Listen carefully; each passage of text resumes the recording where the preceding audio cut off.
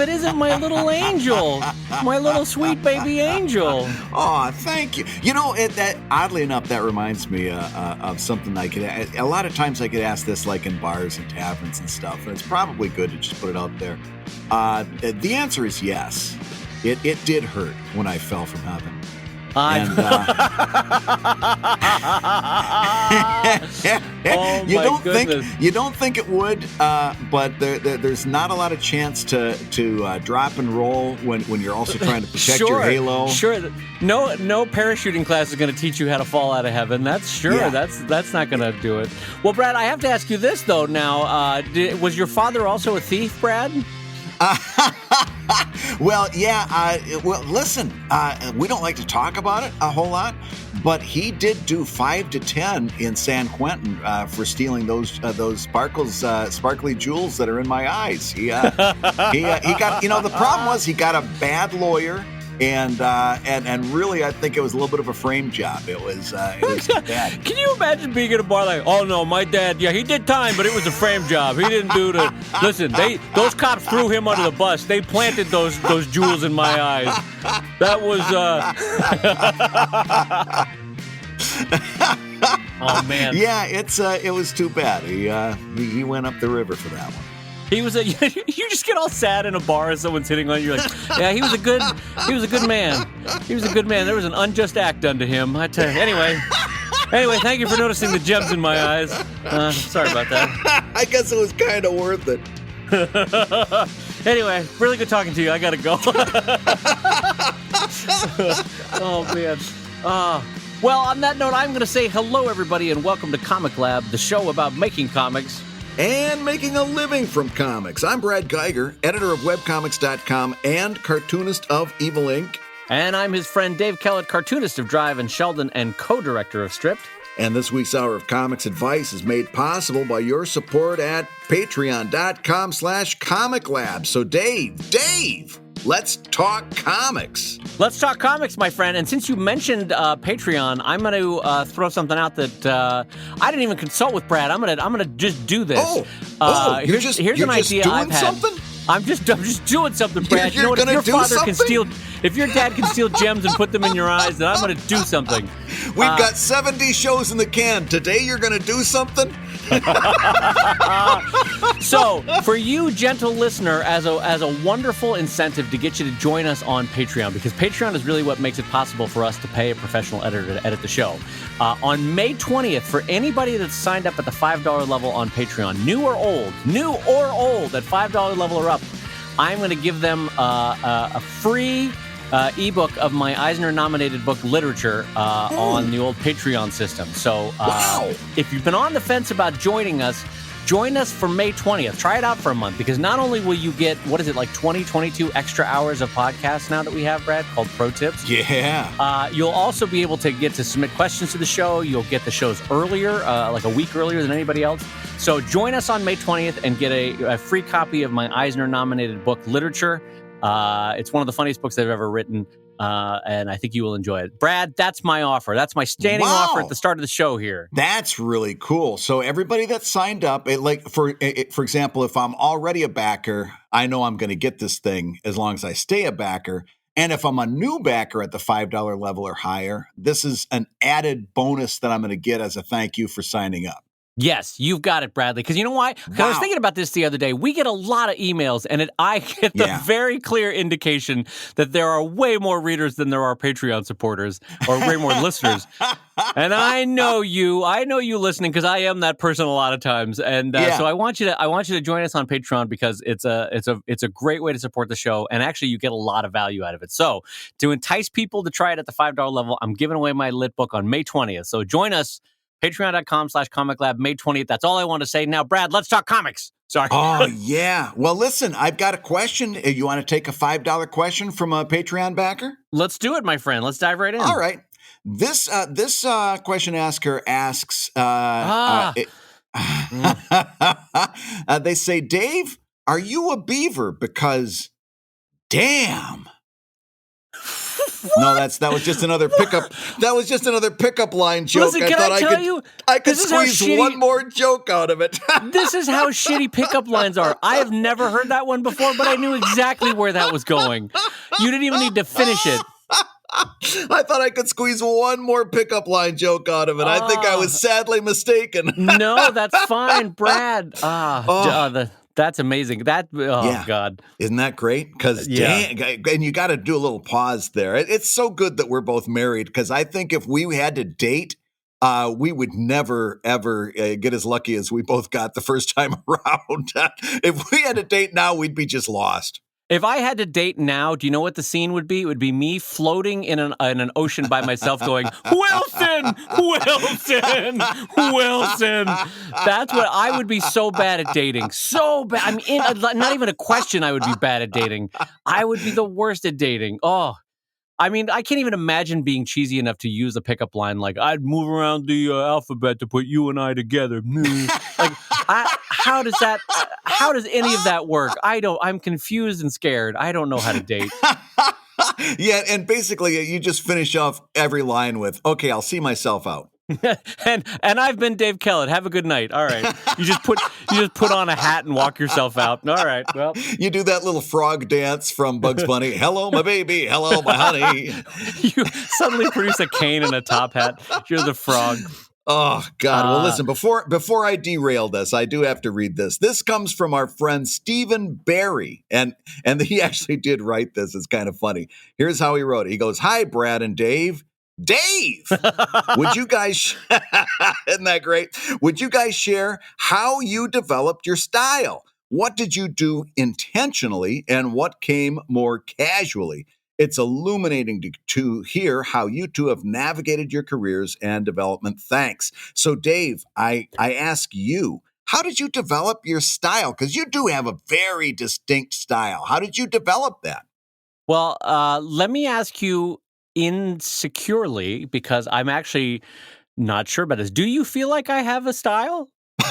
Yes. Listen, I'm not being facetious. I'm genuinely asking. Nah, you've got a style, because as soon as I see one of your drawings, I know exactly who did that drawing. Your style is very distinct. It's very recognizable. It's not going to be confused with somebody else's style.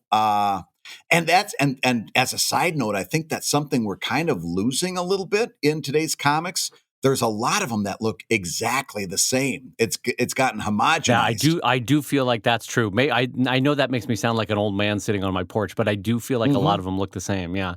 The reason why I ask about the style is that I a little bit feel like how it's the way that your nose doesn't process your own scent. You know how your brain and your nose work together to be like, nope, everything's fine. I don't smell anything. And people around you are like, good God, I've got to sit next to this guy for a 4-hour flight. Oh, geez.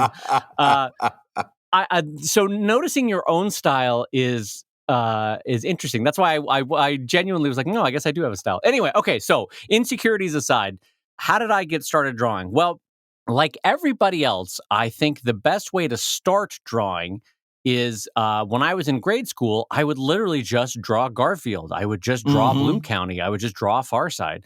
You draw what you see, and there is no shame in that. I mean, a lot of modern art creates kind of a shame in copying, but that is literally how every artist of any point in history has started. They copy and they trace and they try to mimic what they see, because that process teaches you how to move your hand, how to do hand-eye coordination, and how to represent the world with line art or with brushwork or with sculpting. So there's nothing wrong with copying. So anyway, long story short, my first 10 years were probably me heavily mimicking the 4 or 5 dominant comics that I read growing up. That's the honest to God truth. And then what tends to happen is somewhere around 5-10 years in, you start to experiment in a way. Like your hand and your eye and your creativity go, well, instead of doing the rote way of drawing this, I'm going to experiment. I'm going to change this up a little bit. I'll change the nose, I'll change the eye, I'll change the ear. And you'll find that your hand starts to have happy accidents. And then you go, you know what? I actually like the Yes. happy accident better. And then you start to train for and look for happy accidents and Hmm. intentionally try to make mistakes. You intentionally try to mess things up a little bit in this sense, in that you're trying to do a line you've never done before. And you know it's going to ruin this drawing, Hmm. but it will at least get you to the next drawing where you can do that kind of line. Um, Yeah. so, Brad, now you go for a second. How did you get started? And then we'll talk about how we Oh, intentionally developed a style.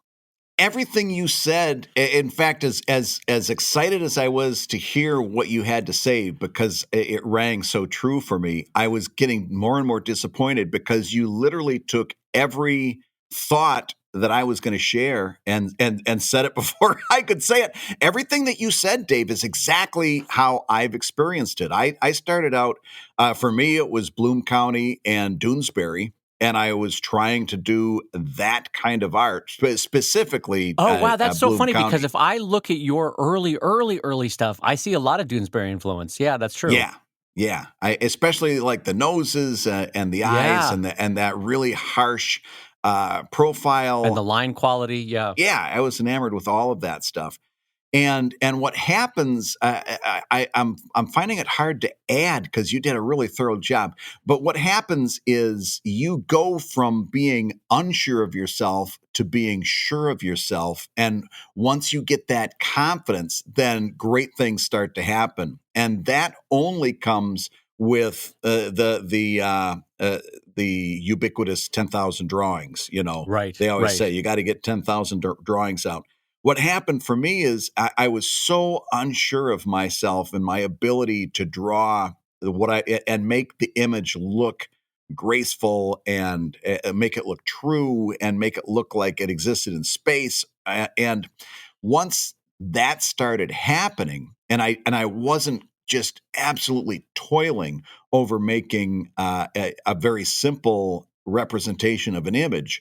Once that happened, then I started exploring a little bit. And I started saying, okay, noses don't have to be like I'm drawing them. They don't. In fact, a lot Right, of times, what happened right. was I found out, especially with noses, the less you draw, the more realistic it can look. Like sometimes I was just overdrawing the nose like crazy, every nostril, every curve, and because I had a lot of trouble with noses. And what happened is I was like, okay, eh, just relax a little bit. You can make an image. You know you're going to make this image. Uh, Settle down a little bit and just let it come naturally. And once I had the confidence to actually do that, my drawing took a huge step forward. Once I gained the confidence that I knew I was going to make an image. Yeah, Before I would sit down, I wasn't really sure whether a usable image would come out when I started drawing. Now, when I sit down to draw, I know an image is going to come out. And so then you can relax a little bit. And then, like you said, those happy accidents happen and you see that and you're like, oh, I'm going to do that again. That was great. And then you start to build a bag of tricks that you can use in different postures and different situations. But listen to what both Dave and I said. At no time did we try to make our style look a certain way after we started copying people that we respected. In other right, words, a style I couldn't have made my style go in a direction. You can't control it. A style is what happens after you've done 10,000 drawings and made 10,000 mistakes and 10,000 recoveries and found a few hundred shorthands and bags of trick type items. A style isn't something that you create. A style is something that happens. I don't know how better to put it. It's not something that I saw in my front windshield. A right. style is something I saw in my rear view mirror. Look at that. That took me a minute to click in on that, but I like that. Oh, Yeah, a Brad Geiger style. gets the golf clap over here. A style isn't something that you see going forward. It's something that you realize happened. Right, you can only see it in as you look back and Yeah. see the steps you took along the way to get to where. Yeah, that's true. I agree with that. So let me jump back into my middle part of developing a style because I think this is helpful too. So one metaphor that my wife and I use a lot for a lot of different aspects of our career is mountain climbing. And Hmm. the reason here's how I want to use it in context of developing a style. So one of the things you do when you're climbing up a cliff is you peg in. You take the hammer and you go tink, tink, tink, tink, tink. Yep. That way, if you fall, you know you at least fall to that peg. You don't fall all the way to your death, right? Hmm. And developing a style is a little bit like pegging in, where you go, all right, I know how to draw my characters. I know how to draw the basic backgrounds. God, I still don't know how to draw trees. So over the next 6 to 12 months, I'm going to experiment a little bit. I'm going to try to do just trees better. And then so you've nailed into the cliff wall and you start scrambling up a little bit. And are you going to fall a couple times? Absolutely. But you know you at least got the characters down. You know at least you got the formatting down. And so you keep trying to scramble up. And then once you get trees down, then you nail it again. Ting, ting, ting, ting, ting. And then you go, now I'm going to work on houses. I got to make a house Yeah. look good in my style. And then you keep scrambling up, you fall again, scramble up. And then eventually, ting, ting, ting, you nail in there. And then at the Hmm. very end of our journey, when we're all 85 or 90, we go, I'm finally ready to try horses and bicycles. And then and that's the final stage of any cartoonist's life is Yeah. a horse and a bicycle. And Yeah. and anyone who tells you they can do it right now, they're lying. No matter what stage they're in their career, they're lying.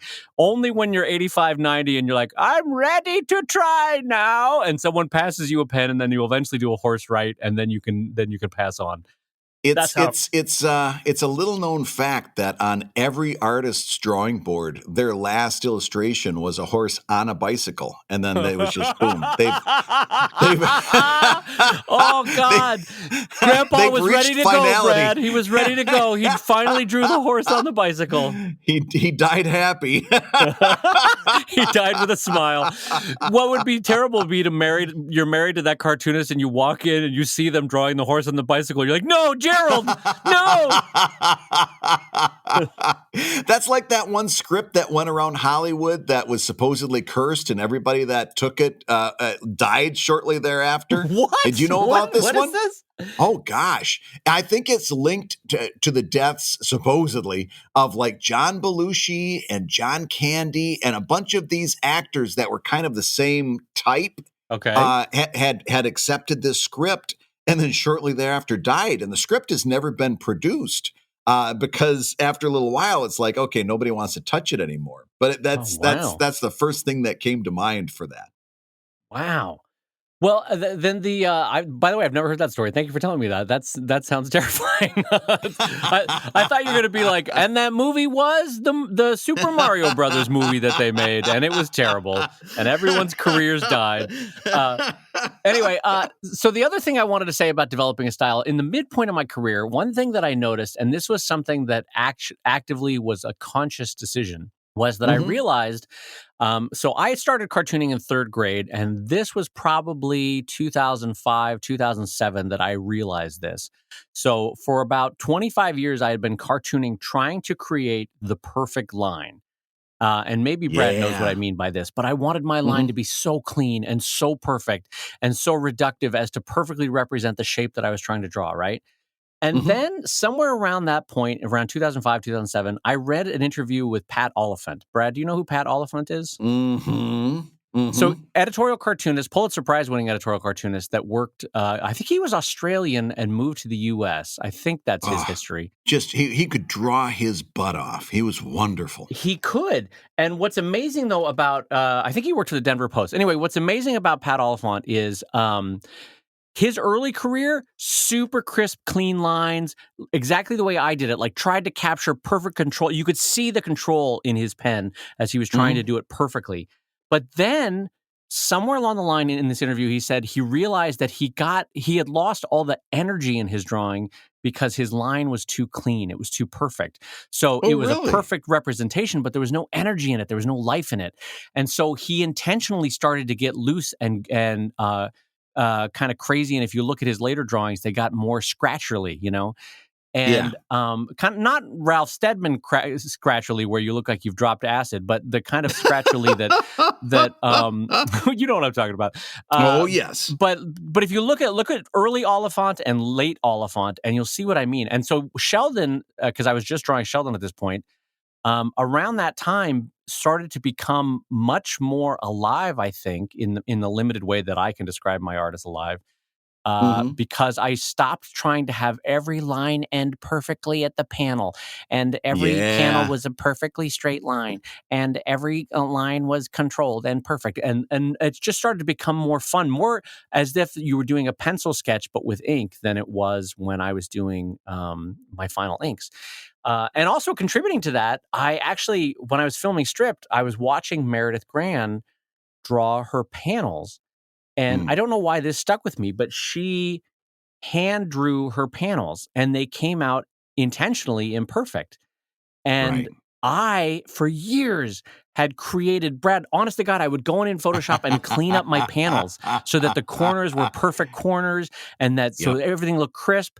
And then I realized that the panels themselves are part of the overall feeling and look and picture that you're creating. And so give them life too. And so now my Sheldon panels are imperfect if you look back over the last 5 years or so. And I find, for me anyway, for my style, the final drawing has more energy, it has more life, and it has more oomph in it than it did 10 years ago, because 10 years ago, I was trying to capture the perfect line, and it had to be so clean, and nothing could be imperfect. And honest to God, Brad, I would be sitting with whiteout, I would be sitting with Photoshop, and I would be like going back over, and that's something I would never do now, because now those little imperfect lines are they breathe life into it.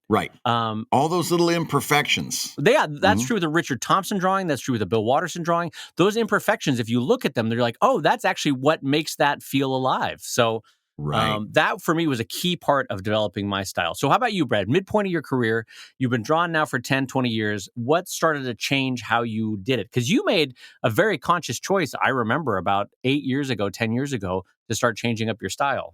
What happened was I started getting more confident, and it was like, so I've always had two parts of me, a part that wanted to be like a Burke-breathed style artist and take that as far as I could take it. And then the other part of me wanted to be John Buscema from Marvel Comics, who I still think is the highest pinnacle of comic book art. I don't think anyone can touch John Buscema with a 10-foot pole. He's the one as far as I'm concerned. And I also wanted to be him. Well, my draftsmanship was never good enough to be that. But I started to feel confident enough that I could start to bring in elements of that to get a little bit more realistic. And for me, the thing that really was a turning point was going digital. When I went digital, I started to really learn how to ink, ironically enough. When I was doing, really? Oh yeah, because when I was doing, when I was doing ink on paper, I was using Pigma Micron pens, partially because I preferred using markers over like a dip pen, because of the convenience and the cleanliness and so on and so forth, and because it was archival ink. And I when I would try to make a variation in line width, what I would do was go back and forth with the Pigma Micron, and I would double hit the line, and I would make it weightier in some places. I was taking in every pen stroke was 2 or 3 or 4 strokes of actual strokes, and it gave me an approximation of the look that I wanted, but it was never quite it. And when I went digital and got a pressure sensitive tablet and started to see that reaction of a true variation in line width without going back and forth over it and stuff like that, my art took another huge jump, and I was able to I was able to push my art further forward and go a little bit more realistic, go a little bit towards that comic book look and a little away from the comic strip look, because I was getting a line that I just really appealed to me. And the more I did it, the more I wanted to do it again. I Right. like, Right. and then I that became a little bit of an obsession, was pushing the art a little bit towards a more realistic look. And that also went much later on, when I first started doing not safe for work stuff. That stuff is an anomaly in comics, in my opinion, because in almost all other comics, the writing is the most important thing. And in very few other type comics, including not safe for work, the art becomes really super important. Being able to draw well, being able to draw somewhat realistically, and being able to draw complicated scenes becomes really, really important. Otherwise, it's meaningless. And and that also was like, okay, if you're going to do this, you've got to kind of up your game a little bit. And then that was kind of the final push that brought me to where I am today. And I don't think I'm still there yet, but I'm looking back at the stuff that I did in 2000 and 2001, and it's like, yeah, that's it's been a long, long progress, and I'm happier now with what I put on into an image than I ever have been. And I think that just comes with practice. Yeah. Yeah. Yeah. Yeah. I thank you for taking me through that. That's really helpful to hear. The latter stage change to style that I try to incorporate now as a conscious choice, because I think this is helpful for people too. I think Hmm. it's a good practice. Is every once in a while, and if you look through the Sheldon archives, you can see some of them. I intentionally try to draw a Sheldon in the style of a completely different artist style from the past. So Oh yeah. so far, I've done George McManus and Bringing Up Father. I've done Harriman and A Crazy Cat, and that one was really fun to try. I've done the UPA animation style from the 1950s, which is just cuckoo bananas and fun to draw.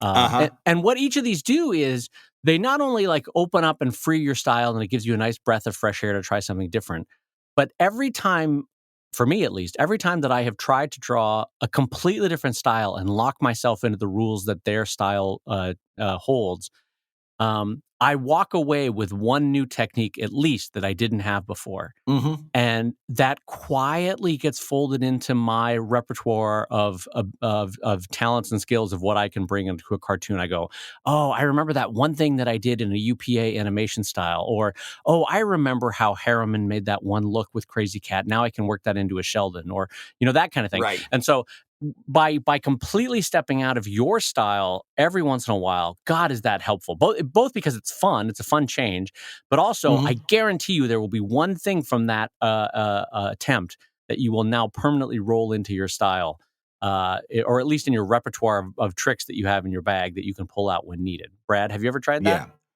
I've tried it a few times. I see the value in it. My experience was it was a lot different in that I found it very frustrating because I just could not pull off the look to a point that, like, every now and again I've tried to do a send up of like a Silver Age type drawing, or it's like it's something that would very clearly look like a comic that was made in 1960 or 1970. And man, I fail miserably at it, to the extent that, like, I've even gotten so far as taken like a Bruce Timm drawing and uh, tried to just traced it. Right. Just okay, I'm going to make this look. I'm going to make this look the way Bruce Timm would make it would make it look. With I'll just make a couple of changes so that I take it from a Batman into a different type character, and just to see if I could make that look happen. And I couldn't even trace it and make it right. So I can see the value in it. I get it.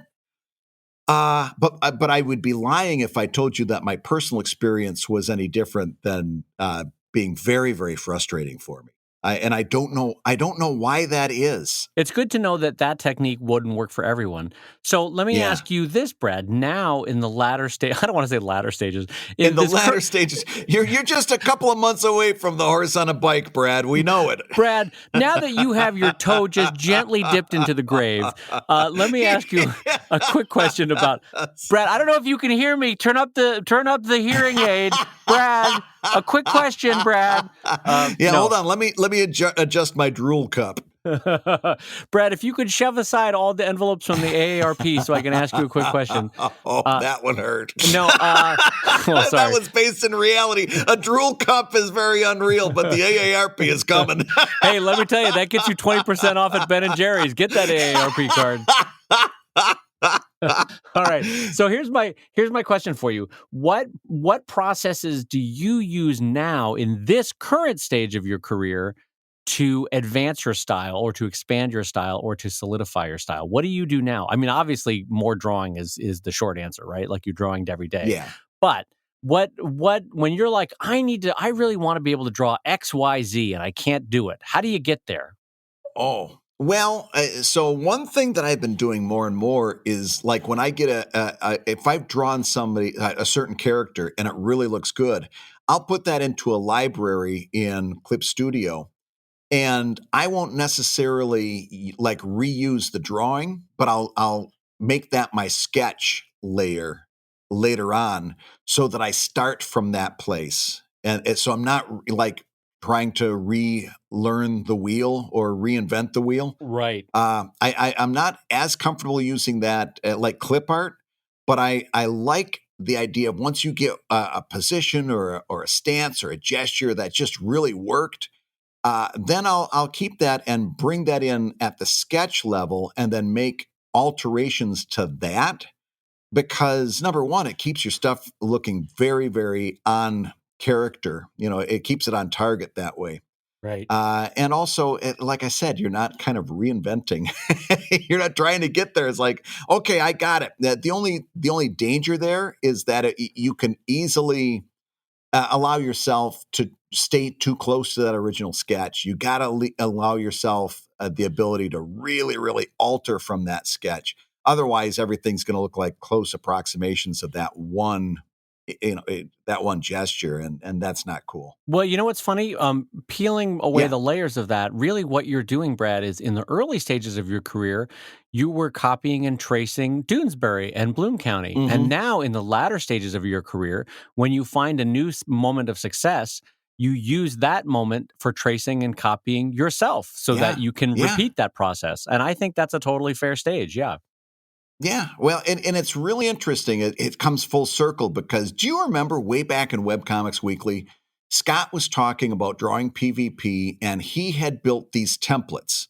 And they were almost like, I want to say not finger puppets, but they were just little cutouts of his characters that he would position and behind his drawing board. And then he would trace those. Right. And that's and if you remember, PvP was always very consistently drawn. Those characters stayed on model. That's the word I was looking for, on model. The character stayed on model. Good job, Grandpa. A half into the show, half hour in. Yeah, I knew it was there somewhere. But drawing, that's the word I was looking for. Drawing. Oh, that's what I do. Ink pen. I knew it was there somewhere. He was using an ink pen. What's I love the word object ink that's pen. square and flat and white? Paper. That's it. Anyway, let's keep talking. I use paper. Why do we say ink pen and we don't say lead pencil? I mean, I always am fascinated by people who say ink pen. Because it's Is not there another type of pen? It's not a lead pencil. That's for one reason. It's isn't it carbon? Graphite. Or graphite. All right. Well, Yeah. if we... All right, Mr. 21. Mr. Mr. 21 I was so angry volumes. about it. No, all right, fine. Anyway, when I first heard Scott talking about that, I was always a little bit, really? He's tracing? Because I was one of those kids that grew up being very look down your nose at tracing. And even though he was tracing his own stuff, I was always kind of like, that's what he's doing, huh?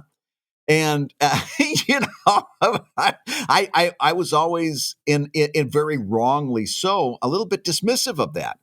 And the irony is, now that I've really started producing work that I'm proud of, a big part of what I do is very similar to that.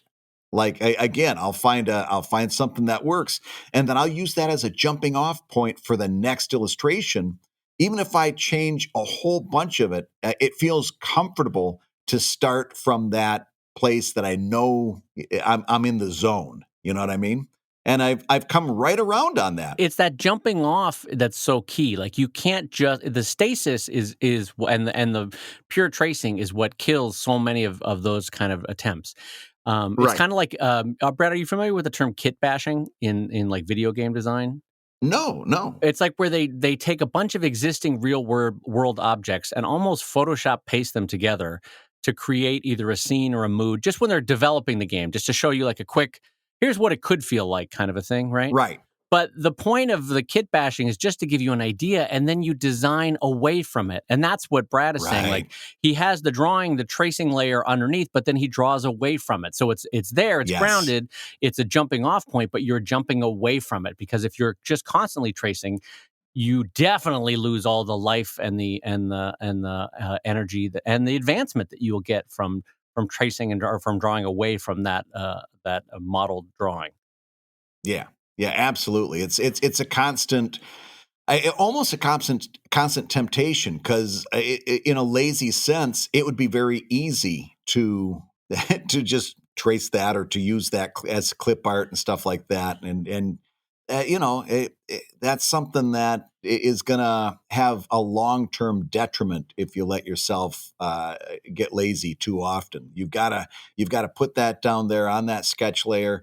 And then, like Dave, that's a perfect phrase. Draw away from it. Every chance you get, draw away. Draw away.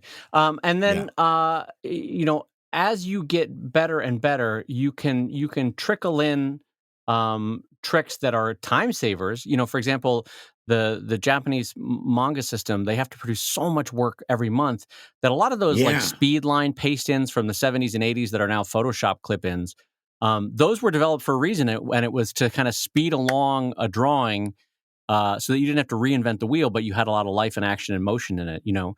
And so those things like that can still be trickled in. Just don't let it dominate your work, you know? Absolutely. So listen, Dave, I've got good news for you. Yes. What is this good news? If I were to say what's somebody we haven't had on the show yet that you'd really love to have on the show very soon, what would be like among the top people on that list? I would say, and you know, without a doubt, it's Gary Larson. So this is very exciting that we have Gary Larson on the show. Well, listen, I got good news and I got bad news. Good news is he's playing incredible jazz up in Seattle and helping save sea life. Bad news is he's not on the show today. That's exactly right. That's exactly right. But I've got the next best thing. Our good friend Chris Hallbeck is with us, and he's going to come in and talk about some things. We wanted to have him on the show in the longest time. We're going to talk Instagram. We wanted to have him on, yeah. Yes, yeah. We're going to talk about all kinds of great stuff, including Instagram, cartooning, single panel comics. And so if you just hit that button right over on the side there, you'll get this whole thing going. I'm hitting the button right now. Hey, if you're listening while you work, take a minute to stand and stretch. And while you're doing that, we'll tell you why you should join us on Patreon. Oh, when you do, you'll get hours and hours of podcasts that we've recorded just for backers. And exclusive Patreon posts that go even deeper on Comic Lab topics. And access to our exclusive Discord server, a thriving community of professional cartoonists. So you can support the show you love and get tons of actionable resources for your own cartooning. And listen, if you can't swing a pledge this month, no worries. You can still support the show by rating us wherever you get your podcasts. Leave us a 5-star and a few kind words. That, and along with mentions on social media, is incredibly helpful. Now, let's talk comics.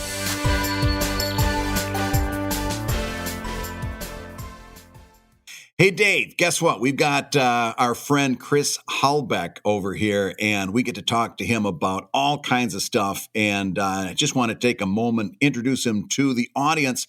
Chris Hallbeck, you know him from Maximumble, Pebble and Wren, and a comic that he did back in the day called Book of Biff that we're going to be talking about in a little bit. You can check Chris's work out on Instagram. He's at Chris Hallbeck. And that's ChrisHallbeck,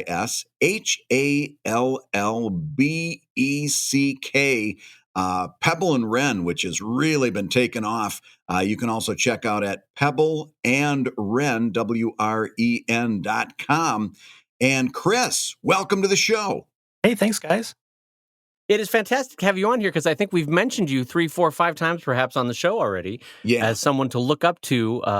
You're the shining beacon on the hill for both Brad and I on Instagram. And you've been very kind in sharing what you know and what you've learned and sort of best practices, not only with us, but with other cartoonists. It's always nice to hear back that words trickled back that you've helped this or that cartoonist with their problems. So it is worth having you on a show that's stated goal is to make comics and make a living from comics. And now you get to share with the public all the wise wisdom that you got for us. And first of all, before we started on anything, where are you hailing from today? That's always fun for people to know. I'm in Southeast Michigan. Southeast Michigan. Brad, you know that land well. That's right. He's right. Not too far from my stomping grounds up in the Thumb, but it's beautiful out there. I'm a big fan of that area. And Southeast Michigan this time of year, are you still in snow, or is it starting to spring forward with all the squirrels are coming out and gathering their nuts? Or hey. It's the fun time of year where it'll be 70 degrees one day, and then you'll wake up to snow the next day. It's really that's great. Yeah, and a lot of slush, right? Yes. Nothing like going from like shorts weather to lake effect winter within 24 hours. That's always. I keep wanting to put all the kids' gloves and boots and stuff away, and then I wake up the next day and go, nope. Not going to happen. So listen, Chris, you are knocking it out of the park on Instagram. And I'm going to ask the question that all of our listeners want to know, number one, and that is, give us some ideas, give us some tips. When we're trying to do better on Instagram, what's maybe 3 ways that your garden variety web cartoonist can do better? Like mistakes that you see being made all the time, or just some general rules of thumb to improve our game? Well, there's a few ways that you get new readers on Instagram. One of the main ways is just people in the comments tagging their friends. Mm-hmm. So they mention, right. It reminds, hey, this is something we were just talking about. So they're like, they would say at Janet, hey, check this comic out. Another way is hashtags. That's a very famous way that people use Instagram. So you want to use some generic hashtags of comics, web comics, comic strip, and then I like to throw in a few that relate to the actual subject of the specific comic that day. You don't want to overdo it. You don't want to put in a bunch of unrelated hashtags. Right. I see some people make the mistake of just they try to just cram in lots of things that are really popular that don't really have anything to do with the comic. And right, like I keep hashtagging my comics Kim Kardashian, and I'm not finding any traffic from that. I find that's not working. That's actually how I discovered Dave's work.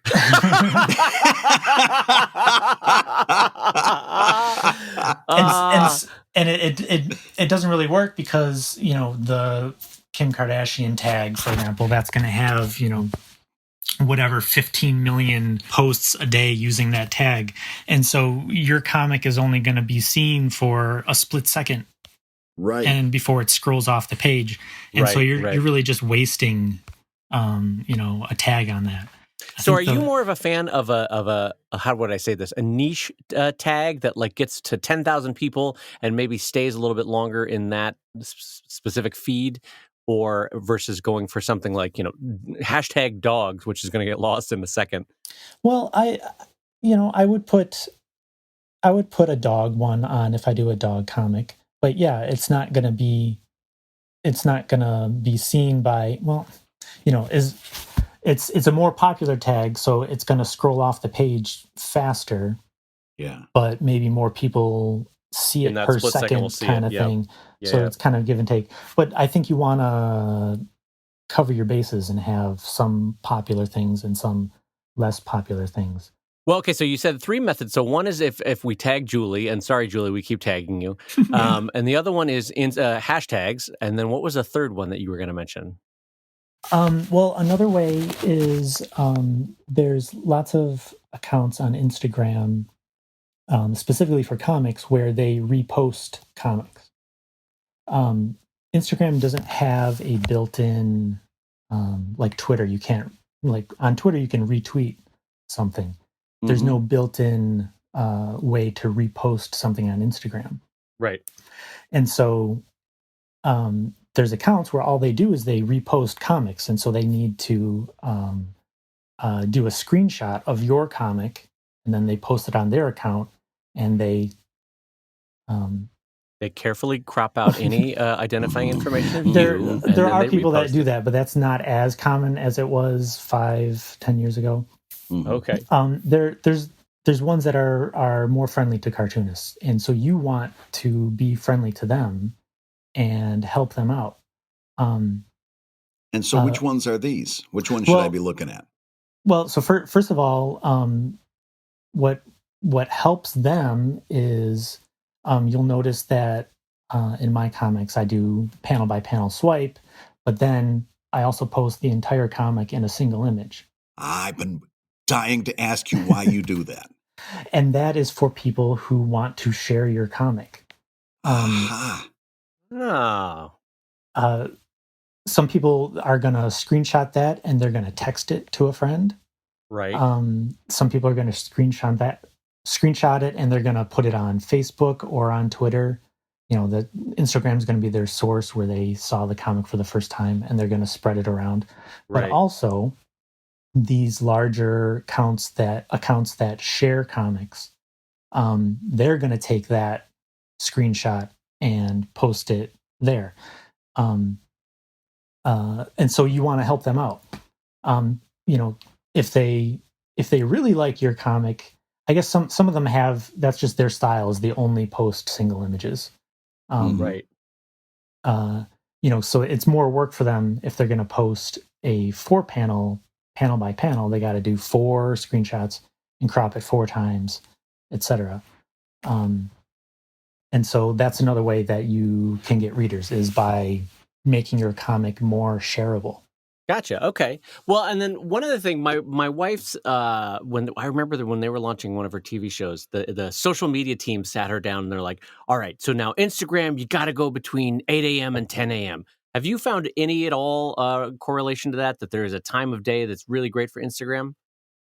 What I found is that if you post at the same time each day, you start to you cultivate an audience that is on Instagram at whatever that time is. That's interesting. I would not have thought that. Mainly because I'm a moron and can't keep to a schedule.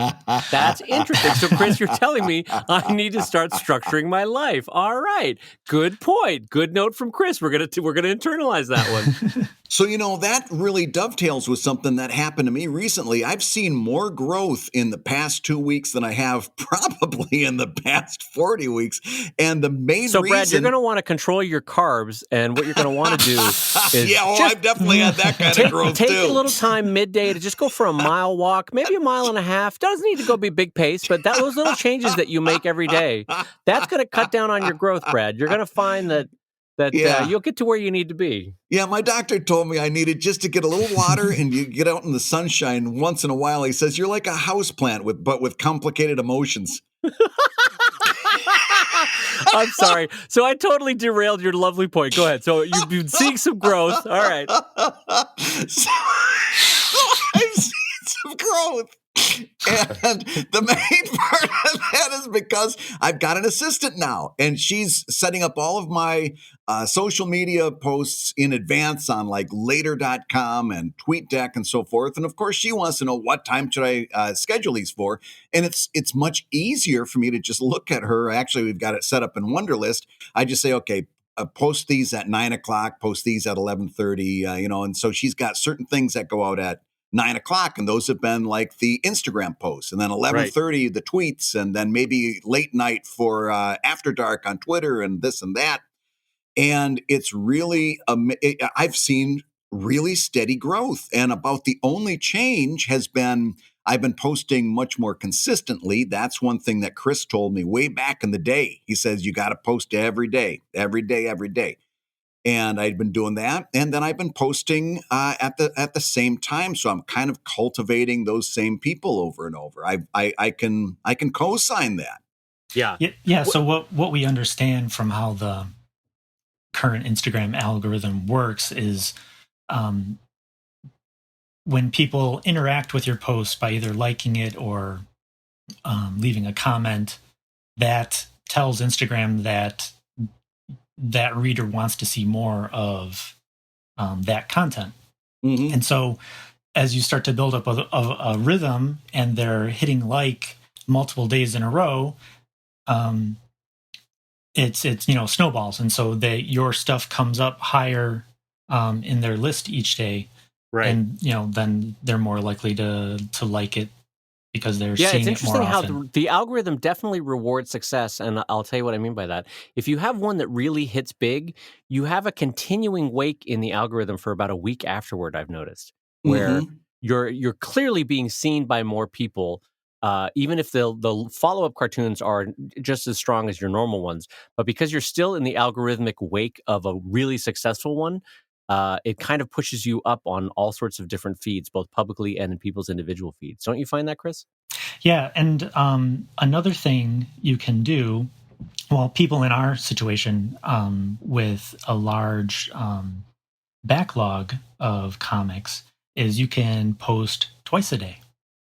Mm-hmm. And how do you manage that, Chris? What do you mean?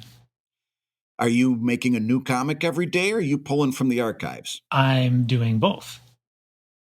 And exactly. So I post, and then some days something comes up, and I'm posting.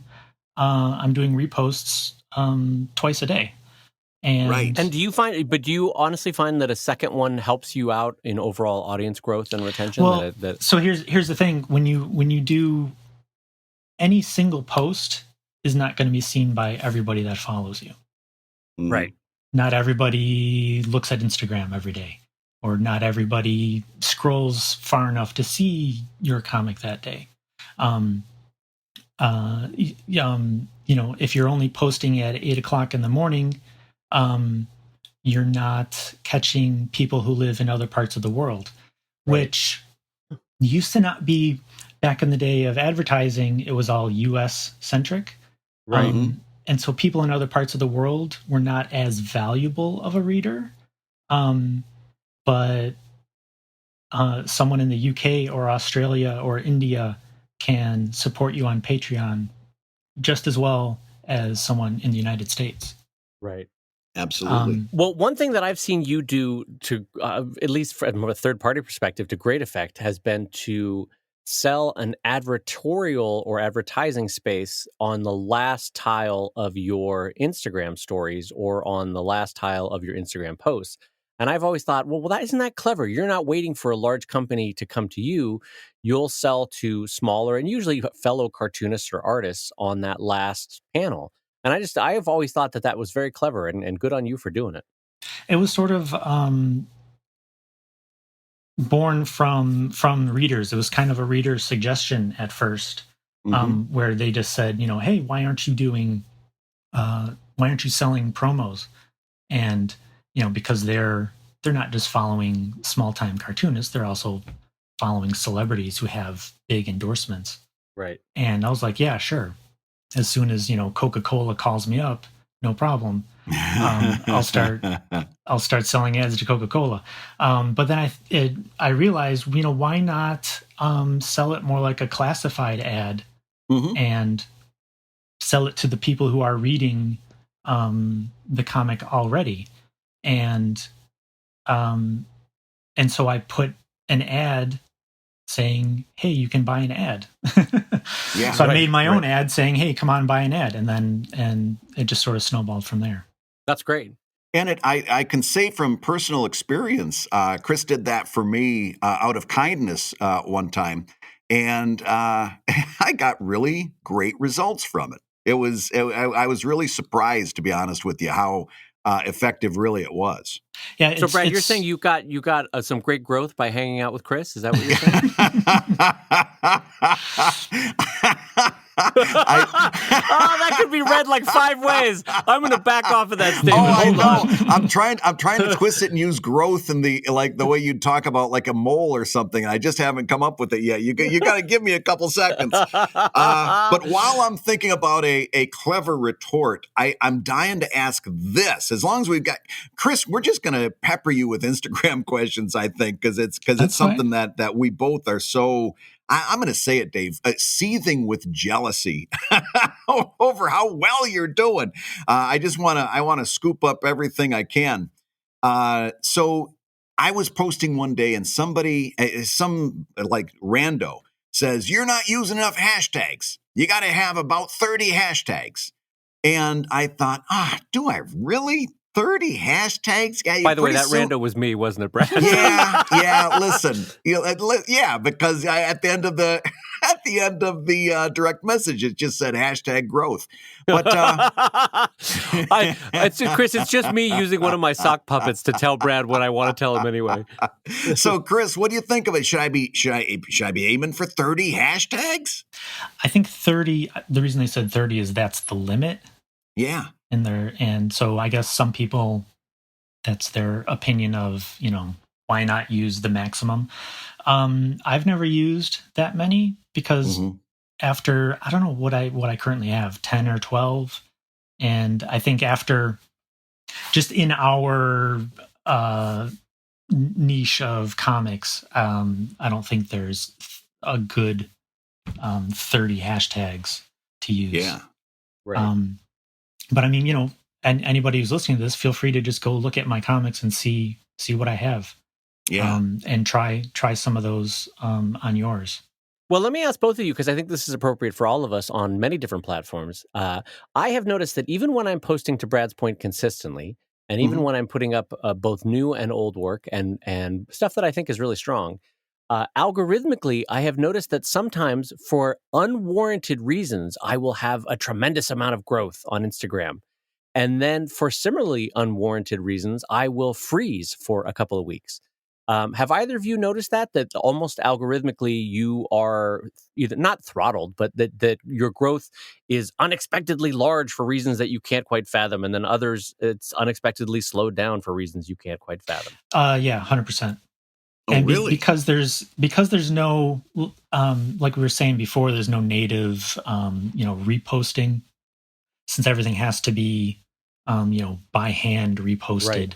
Right. There's no natural way to see where, some, million plus account could be linking to you, but unless somebody tells you, you have no idea. Mm-hmm. Right. Yeah, there's no, because it's not like you're necessarily going to see it as you would on Twitter. Right. So is that what you think is happening? You don't think that every once in a while they tinker with the algorithm and you're like, well, now I'm suddenly slowed down a little bit. I don't know why. I'm sure they tinker with the algorithm daily. And what it usually is, or what I usually do is, if I'm seeing a slowdown and I can't figure out why, I can't, what am I doing? Did I change my hashtags? Am I posting at a different time? I ask my other friends on Instagram, how have you been doing this week? And if we are all down at the same time, okay, Instagram's doing something weird. We just have to wait it out. Oh, that's interesting. Yeah. Which has actually happened, which has happened this past week. this exact thing has happened. Is that right? Yeah, it just kind of slowed down a bit, and I'm asking my friends, and it's slowed down for everybody. So I'm like, all right, well, just wait till next week. Yeah. Yeah, and all you can do in those situations, Chris, and you can tell me if I'm wrong here, all you can do is just keep to your schedule and keep posting and Right. Yeah. and wait for things to bounce back. But it's interesting that you have had that happen too. Brad, when it happens, and it sounds like it hasn't happened to you yet, but when it happens, it's sort of weird because you'll be like, all right, another 1,000 people, another 1,000 people, another 1,000 people. Whoop, nothing, no growth at all. This is weird. Thousand. Listen, you know how excited I was 5 minutes ago? It was over 30. I was getting 30 a week, and I'm sitting there going, I've got the world by the short hairs. This is amazing. The world by the short hairs. My goodness. I can only fantasize about 1,000. Well, Chris is doing gangbusters. I mean, and then like Chris, for you, I'm sorry we keep going on Instagram, but you know what it is? Fine. We are fascinated by, Brad and I are, whenever the industry, the career of being a cartoonist online changes, and Instagram to us represents a significant enough change that we are savvy enough to know that we need to learn. And this is a topic where you are a great teacher, and it's also a topic where we need to learn on. So forgive us if we keep going back to this. It's funny. I first tried to get other cartoonists onto Instagram in 2015 when I hit 10,000 followers. And I was like, guys, this might be a thing. And I tried pitching it to other people, and they were like, the thing with your phone that you take pictures of your sandwiches? Really? Yeah. And there was a lot of pushback that really echoed what we heard from print cartoonists trying to get them on the internet. It was the same sort of thing where they're like, no, I'm fine. I want to just do my thing.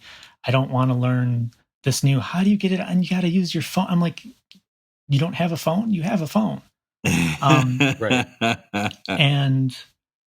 I don't know. I always feel like I used to think it was bad that I have this perpetual feeling of being like 6 months away from figuring out how this whole cartooning thing works.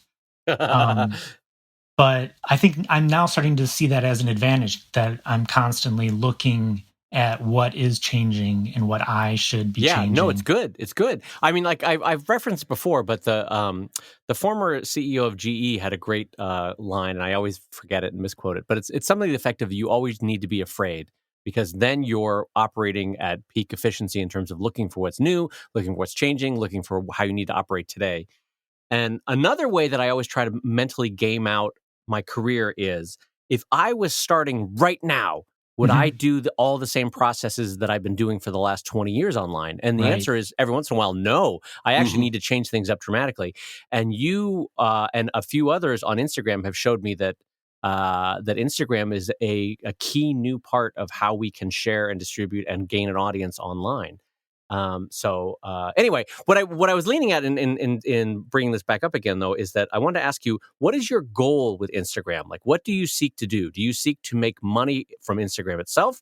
Do you seek to grow your audience to sell them books? Do you seek to grow your audience to point them to other things you want to point them to? Or is it a little bit of all of that grab bag? It's definitely audience growth, and then those are people that I can then sell books to, point to my Patreon, sell T-shirts, that sort of thing. Right. Okay. There were when I first was trying to recruit other cartoonists to Instagram, they wanted to treat it more like Twitter and have it just be a thing where they would post previews of stuff to point to their website. Right. And I was like, no. They want to read it on Instagram. Post the whole comic here on Instagram. Yeah. Yeah, it's funny because I still see people doing that on Twitter, and I'm always like, nah, it's not the way. You gotta get them where they live. Post the whole thing. Yeah, nobody's following that link. So one thing I want to talk. I want to see what you guys think about this. So another thing I've been doing, especially since I had a long airplane trip not so long ago, and I spent a lot of time sketching where normally I would be writing. I just wanted to sketch really badly, and I ended up with a lot of like cartoon ideas that I had sketched out. And like all of that stuff is going to go on Patreon, and I've been really trying to go down the exclusive content road.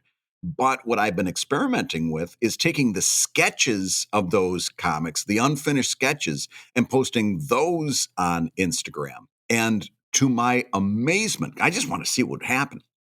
To my amazement, those are some of my most popular engagement getters. Is these blue pencil sketches? They're not finished. In fact, the one I posted yesterday was really rough. It had a strong punchline, but it was super rough. I was like, do I really want to share this? And it's like, yeah, let's see what happens.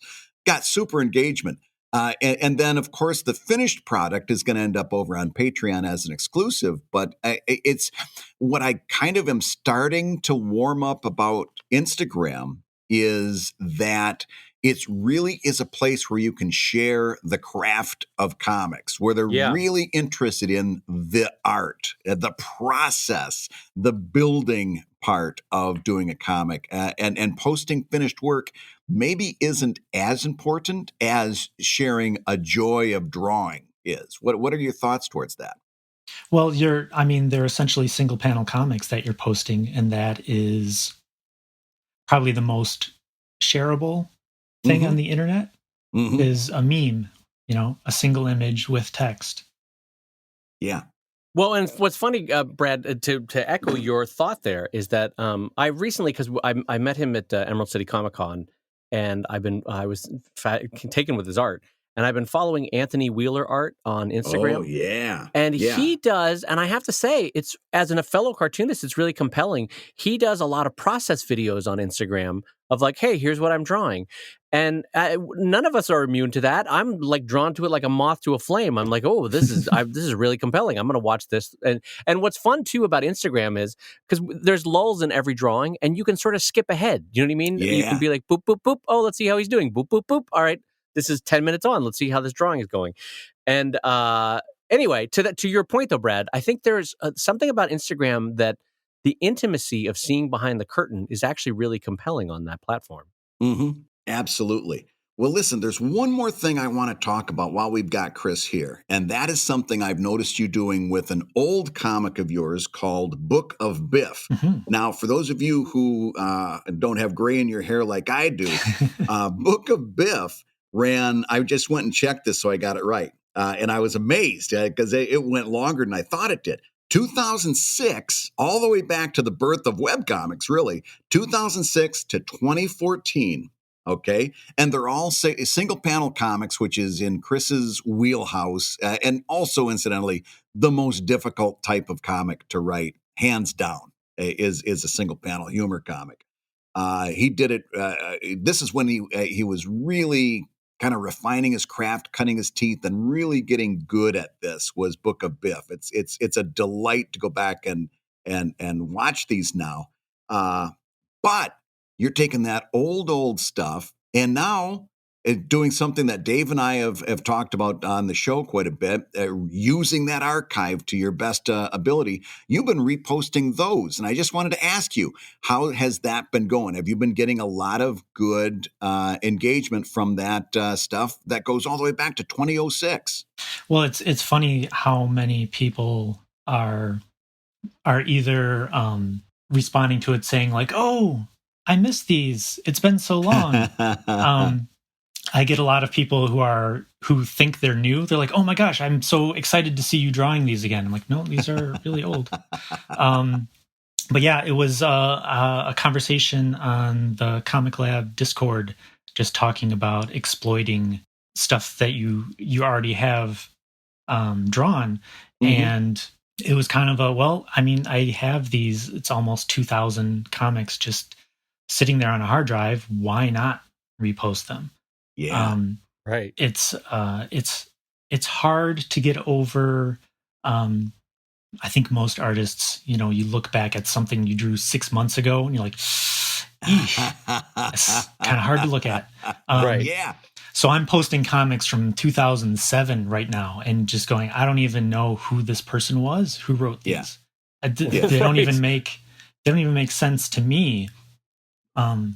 Let alone, the syndicates I tried sending them to. So it's interesting. So when I did the math on it, I was like, okay, I can post 2 times a day for 2.5 years. Mm-hmm. That's a lot of content. Yeah, and that adds up. and then we'll see what happens at the end of that 2.5 years. Does it not really make an impact, or does it grow into something where at the end of that 2.5 years I would want to start drawing new ones? So it's kind of an experiment. And frankly, you could start over again, because after 2.5 years, nobody's going to No. remember Yeah, any of you're that not stuff. wrong. You can just start and start the cycle anew, and nobody's ever going to know. Well, and given the fact that the average person is only going to see 1/4 or 1/5 of that content anyway, I think it would be kind of a no fault restart anyway. But yeah. Yes. And here's the thing: is that you lose nothing by trying it, right, Chris? That's sort of the beauty of Instagram. Like, it's already drawn, it's already made. Why Exactly, Why yeah. not post it up? Yeah, and there's ebooks available. I still have some old print books in my garage and stuff like that. I'm like, well, I could maybe exploit, grow a new audience and then point them at some of that merchandise as well. So we'll here's see. one question that just occurred to me, and that is, you started a new Instagram account for Book of Biff, correct? Yes. And you've got a Maximumble account, you've got a Pebble and Wren account, Mm-hmm. and but wait a minute, Maximumble goes under Chris Hallbeck, right? Correct. So you've got Chris Hallbeck, Pebble and Wren, Mm-hmm. and Book of Biff. Why not just put all of that under Chris Hallbeck and gain all of those views for one place? Because I think they will ultimately have different audiences. Mm-hmm.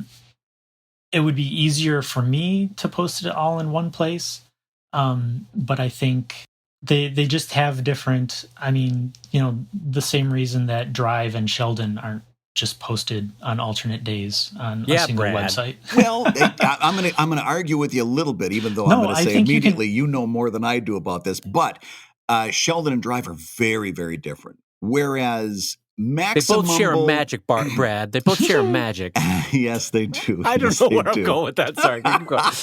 But Maximumble and Book of Biff and Pebble and Wren all have a lot more similarity among them than Sheldon and Drive. No, I think you could argue it either way. Mm-hmm. What you would have to do, though, probably, Chris, and to Brad's point, if you did do that way, you'd need to somehow brand the first frame of each so that you would start to differentiate a little bit within the same feed, don't you think, guys?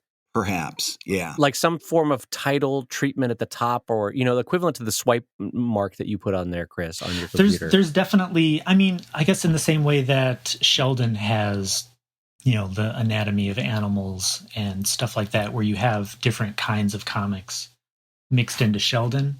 Right. It could be done that way, but I don't know. I for some reason they're separate in my head. Well, let me ask you one question for a friend of mine who does a long form sci-fi comic. Have you seen this is totally unrelated to anything I do. Have you seen anyone use Instagram well for long form? I think Brad was about to do it, and then he started posting those sketches instead. Well, I do post like Evil Inc., which is technically long form. Mm-hmm. So I do post that. And to be fair, those are, like, when I go back and look at my engagement, those are some of the top engagement posts that I make overall. Like what I would love Brad to do now that he has an assistant that could probably help out with something like this is go back a few, storylines and break up those pages, those half pages, the way your most recent ones have been on Instagram, and start with storyline. Say here's the beginning of whatever the name of the storyline is, and then post every single day for a month, and just see what happens, and see how that goes. Huh? The only thing, now I'm going to come around to Chris's side. The only thing about that is that I would be worried about confusing the storyline between those archive storylines and the Evil Inc. storylines and confusing people. It's because your Instagram account is still so small, you can reboot it, reinvent how it's going to be. What you want to do is treat Instagram as a separate audience. Your goal shouldn't be for someone to read a few on Instagram and then go to your website and read the rest. Right. That will happen, but that shouldn't be. You shouldn't have that as the main goal. The main goal should just be growth on Instagram, and then pitch your Patreon and your books and stuff periodically. No, that's a great idea. But I think if you started at the beginning of an arc and maybe had a little cover page so it's easy to find in the Instagram archive when you're scrolling back through the grid, start here kind of thing, and just post those pages every single day. It would be interesting because I don't know a lot of more longer form comics on Instagram, and I would love to see someone like Brad succeed at it.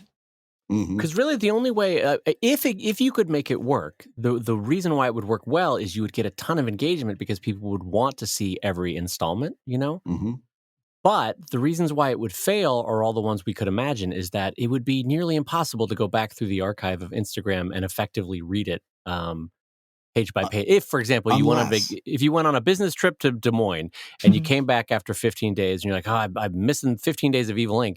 You have to go back, scroll down, find the comic, click on it. Unless, I'm going to interrupt you. Unless you came up with a specific hashtag that was just for your storyline. So it would have to be a little bit long and maybe a little chewy so nobody else jumped in on it. Yeah, but that's true. Evil Inc. and then storyline name, all one big hashtag. And then if somebody clicked, and then you could say in the read-in, if you want to read this story, go to this hashtag, which is actually what I do on Imager. If you want to read this story, go to this hashtag. And then when they click on this hashtag, the only stuff that comes up is the stuff that you've tagged because it's long and chewy and nobody else is using it. Gotcha. Yeah, that's an interesting thought. I don't know. Which is actually what I do on Imager, and I don't know whether it's being effective or not, but I do it because it's like, geez, if I'm going to post all these, I'd like somebody to be able to, if they're interested, to go back and read all of them. But yeah, I would love for Brad to crack that and be able to point people at you and say, do what Brad's doing. Well, listen, consider that a challenge because also when you started doing Book of Biff, I started thinking Greystone Inn. so I'm watching what Chris is doing very, very carefully because I like learning from somebody who clearly knows what he's doing.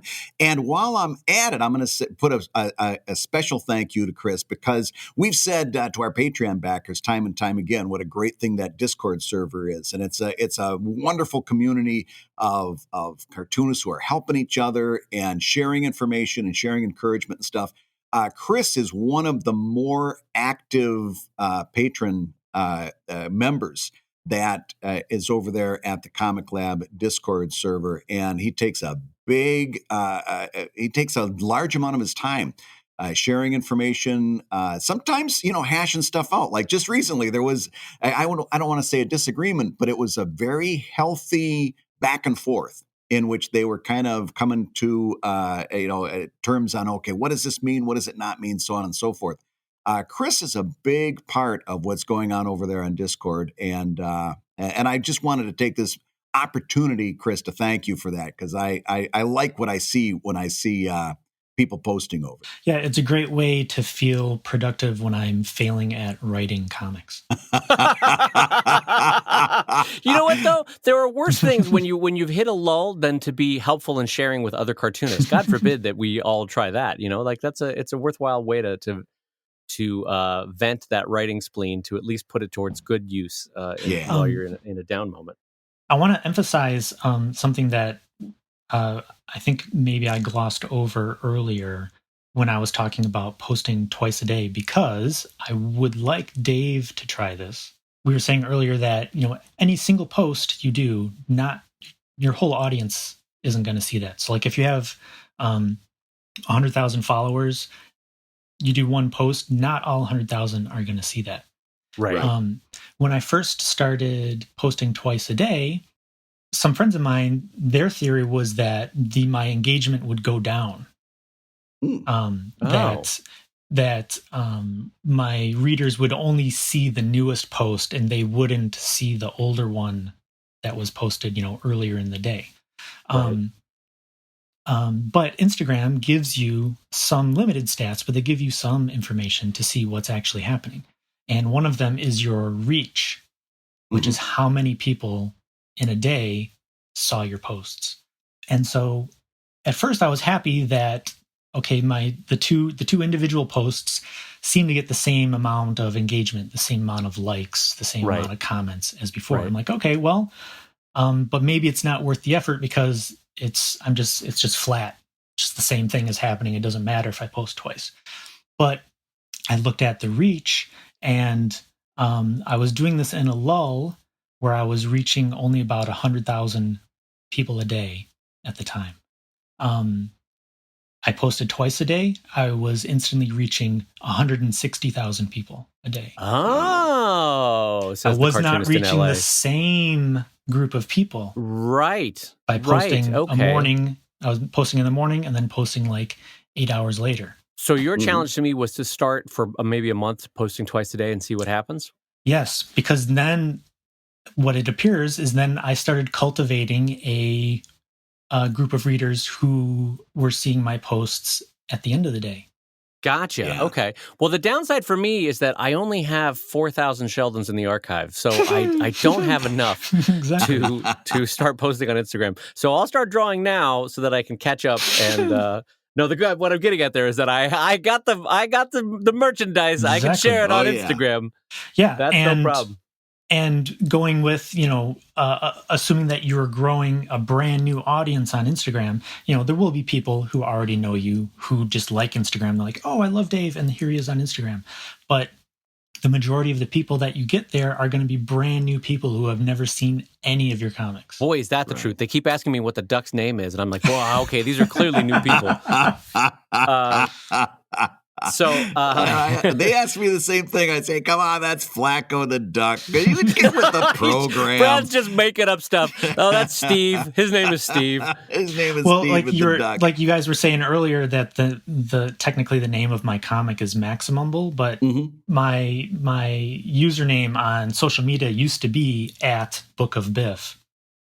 And then when I started my second comic, I'm like, okay, I see where this is going. I should change all my usernames to @Chris Hallbeck, so they just know me instead of the particular title.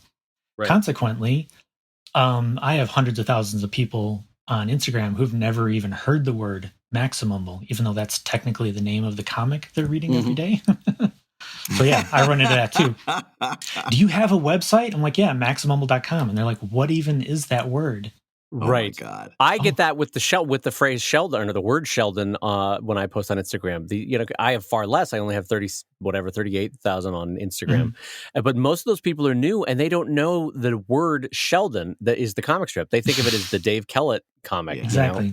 It's Dave Kellett, the cartoonist. Yeah. I get the same thing when I use the word Brad Geiger. They're like, who?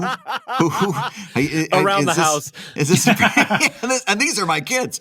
But listen, ladies and gentlemen, I wanted to thank our guest for this week, Chris Hallbeck, and you can check him out. You can see him frequently on the Comic Lab Discord server, but even more importantly, check out Chris's work over on Instagram. It's at Chris Hallbeck.